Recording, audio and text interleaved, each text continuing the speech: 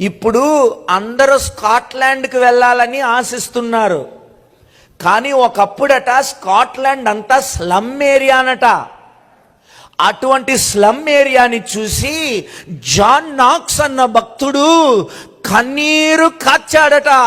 నాకు ఆత్మల్ని ఇస్తావా లేదా నన్నే చంపుతావా అని కన్నీరు కార్చినందుకు ఈ రోజున స్కాట్లాండ్ ప్రపంచంలోనే ఒక ధనమైన దేశంగా మారింది. అందరు ఇప్పుడు స్కాట్లాండ్కి వెళ్ళాలని ఆశిస్తున్నారు.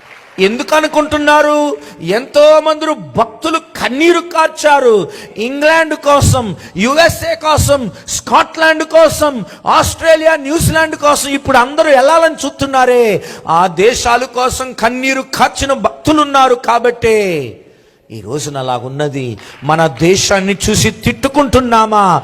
కన్నీరు కారుస్తున్నామా? నీతిగా ఏలే వాళ్ళు ఎవరున్నారు? యేసు మాత్రమే నీతిగా వెళ్తాడు. అంటే ఏంటి? యేసయ్య తన రాజ్యాన్ని ఇక్కడికి తీసుకొచ్చే దాకా మనం ఏం చేస్తూనే ఉండాలట?